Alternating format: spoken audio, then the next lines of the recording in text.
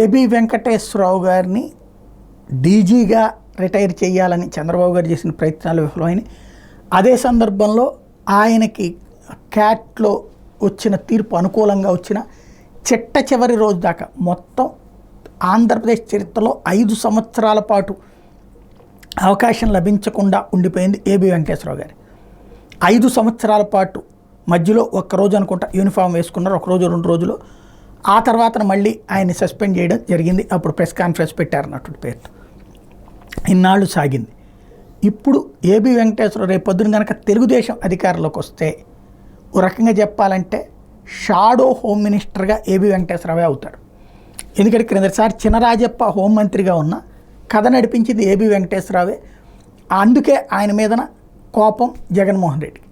అట్లాగే ఈవెన్ ఇప్పుడు ప్రస్తుతం జరుగుతున్నటువంటి వివిధ కేసుల రూపంలో చూస్తున్నా సరే ఏబి వెంకటేశ్వరరావు గారే దాని వెనక ఉన్నారు. ఈవెన్ మాచర్లలో ఎవరెవరిని ఉంచాలి అంటే అసలు ఎన్నికల సంఘం మార్చిన ప్రతి అధికారిని సిఫార్సు చేసింది ఏబి వెంకటేశ్వరరావు.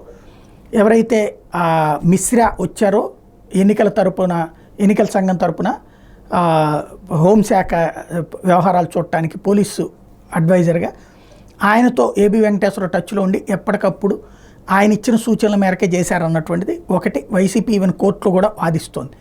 ఇలాంటి దశలో తెలుగుదేశం అధికారంలోకి వస్తే మాత్రం ఏబి వెంకటేశ్వరరావు మెయిన్ స్ట్రీమ్లోకి వస్తారు. అదే జరిగిందంటే వైఎస్ఆర్ కాంగ్రెస్ పార్టీ వాళ్ళని వెంటాడి వేటాడతారు.